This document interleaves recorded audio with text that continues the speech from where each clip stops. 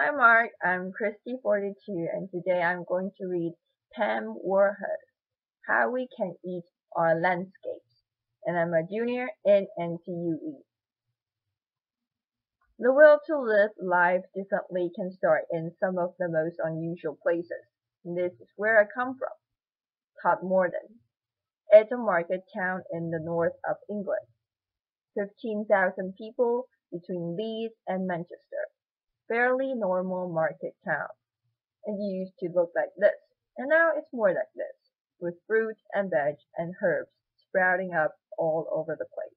We call it propaganda gardening. Laughter.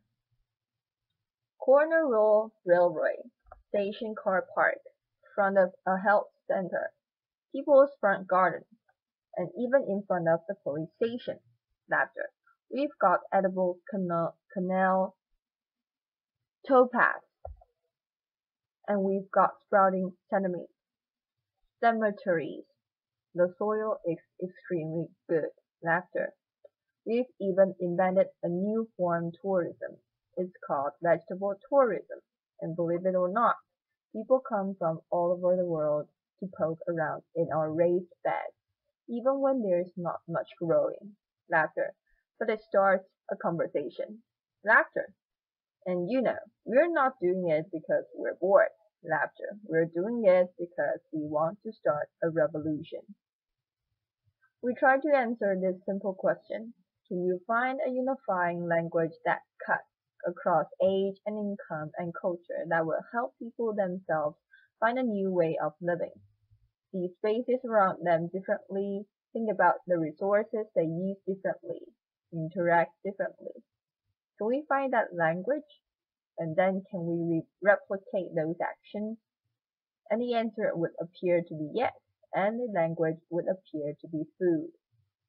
So 3.5 years ago, a few of us sat around the kitchen table and we just invented the whole thing. Laughter, applause.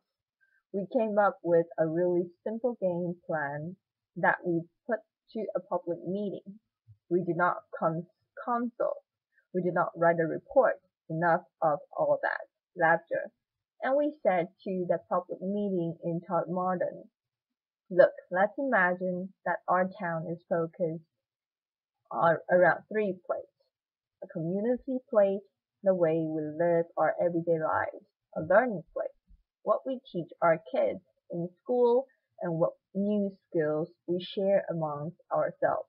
And business, what we do with the pound in our pocket and which business we choose to support. Now let's imagine those plates agitated with community actions around food. If we start one of those community plates spinning, that's really great. That really starts to empower people. But if we then spin that community plate with the learning plate, and then spin it with the business plate, we've got a real show there. We've got some action theater. We're starting to build resilience ourselves. We're starting to reinvent communities ourselves. And we've done it all without a flipping strategy document. Applause. And here's the thing as well. We've not asked anybody's permission to do this. We're just doing it. Laughter. And we're certainly not waiting for that check to drop through the letterbox before we start. And most importantly of all, we're not daunted by the sophisticated arguments that say these small actions are meaningless in the face of tomorrow's problems.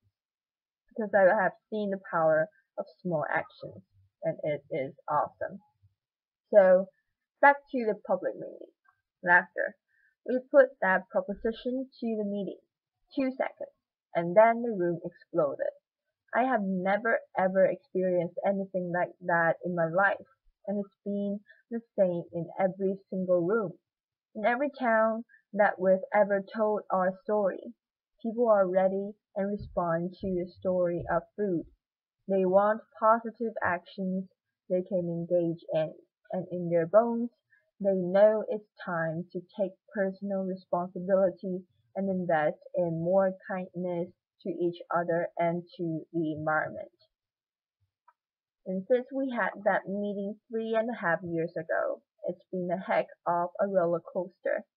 We started with a seed swap, really simple stuff, and then we took an area of land, a strip on the side of our main road, which was a dog toilet, basically, and we turned it into a really lovely herb garden.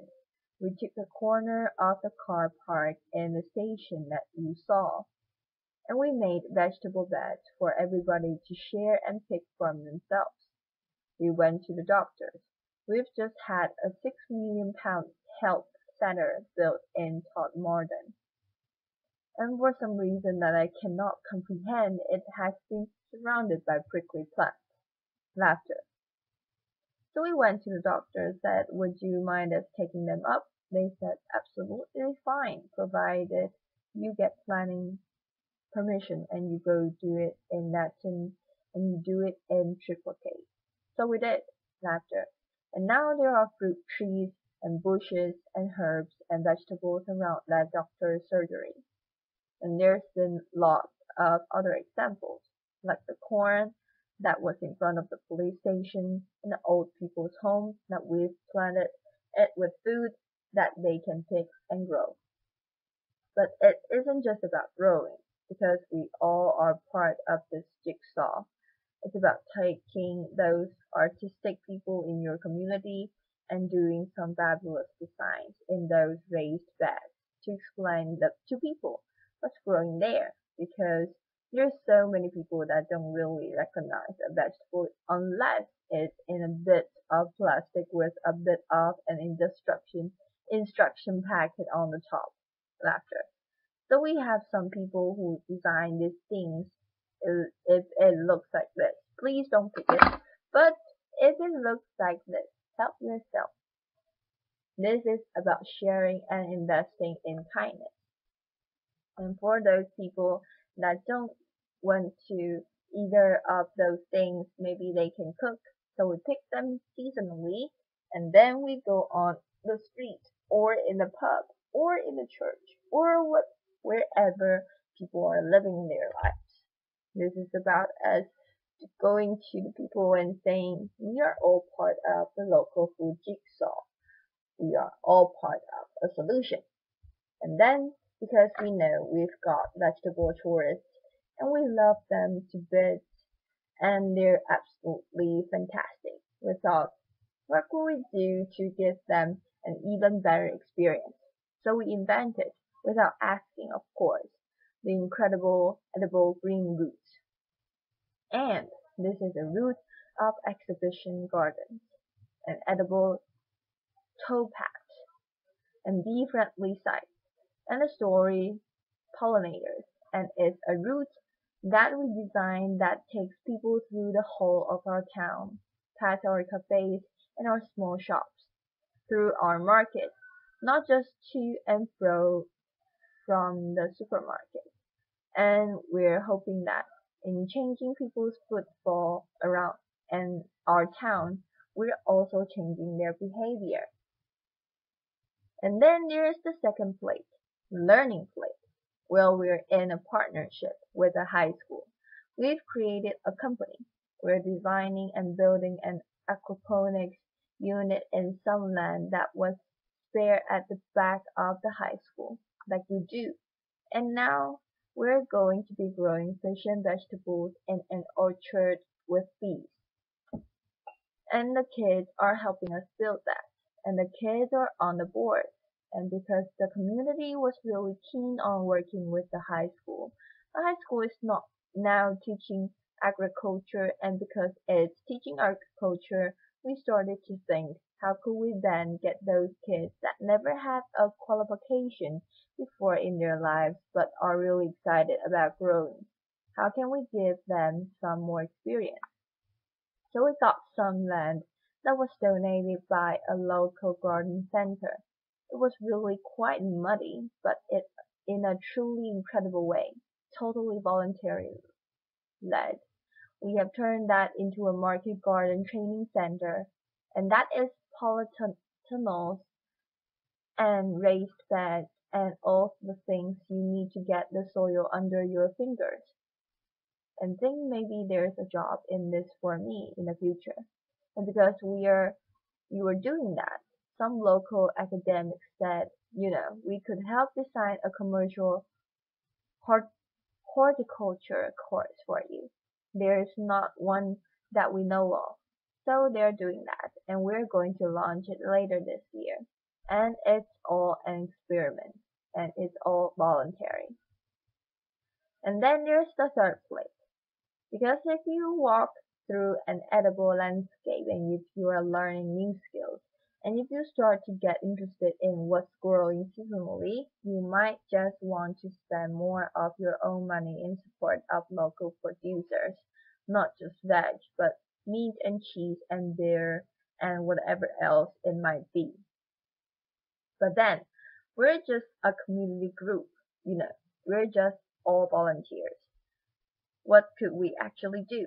So we did some really simple things. We fundraised.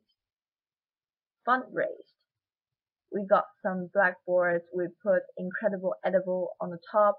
We gave it every market trader that was selling locally, and they script on what they were selling in any 1 week. Really popular. People congregated around it. Sales were up. And then we had a chat with the farmers, and we said we're really serious about this, but they didn't actually believe us. So we thought, okay, what should we do? I know, if we can create a campaign around one product and show them there is local loyalty to that product, maybe they'll change their mind and see we're serious. So we launched a campaign because it's just amuses me called Every Egg Matters Laughter. And what we did was we put people on our egg map.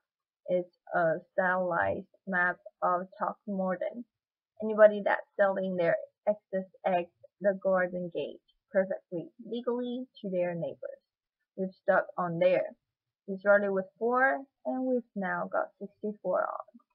And the result of that was that people were then going into shops asking for a local Todmorden egg. And the result of that was some farmers upped the amount of flocks they got of free-range birds, and then they went on to meat birds.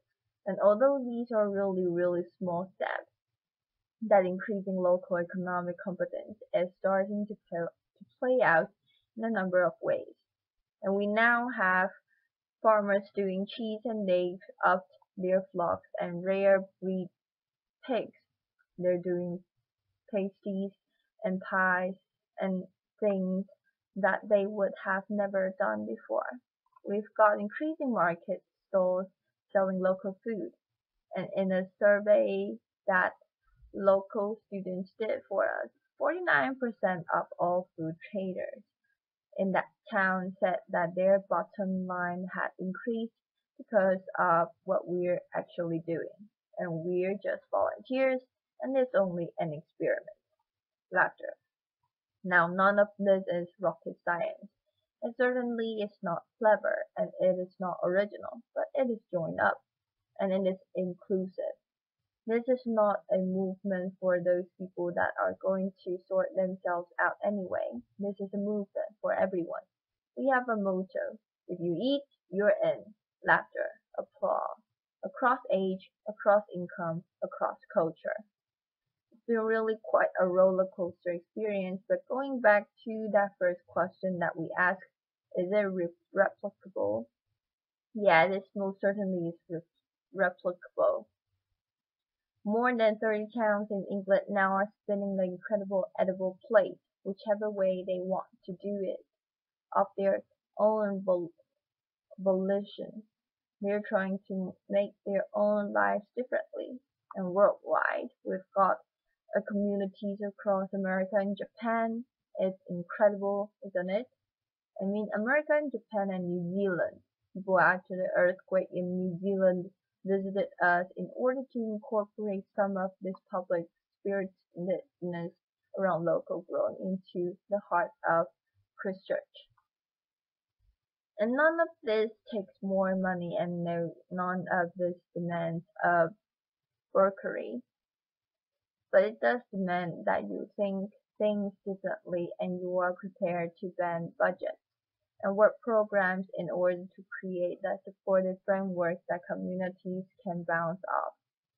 And there's some great ideas already in our patch. Our local authority has decided to make everywhere incredible edible. And in support of that have decided to do two things. First, they're going to create an asset register of spare land that they've got, put it in a food bank so that communities can use that wherever they live, and they're going to underpin that with a license. And then they've said to every single one of their workforce, if you can, help those communities grow and help them to maintain their spaces. Suddenly we're seeing actions on the ground from local government. We're seeing this mainstream. We're responding creatively at last to what real demanded of us. And there's lots more you could do. I mean, just to list a few. One, please stop putting prickly plants around public buildings. It's a waste of space. Laughter. Secondly, please create edible landscapes so that our children start to walk past their food day in, day out, on our high streets, in our parks, wherever that might be. Inspire local planners to put the food sites on at the heart of the town and the city plan, not relegate them to edges of the settlements that nobody can see. Encourage all our schools to take this seriously. This isn't a second-class exercise. If we want to inspire the farmers of tomorrow, then please let us say to every school, create a sense of purpose around the importance to the environment, local food, and soils. Put that at the heart of your school culture, and you will create a different generation. There are so many things you can do, but ultimately this is about something really simple. Through an organic process, through an increasing recognition of the power of small actions, we are starting at last to believe in ourselves again, and to believe in our capacity, each and every one of us, to build a different and a kinder future. In my book, that's incredible. Thank you. Applause. Applause.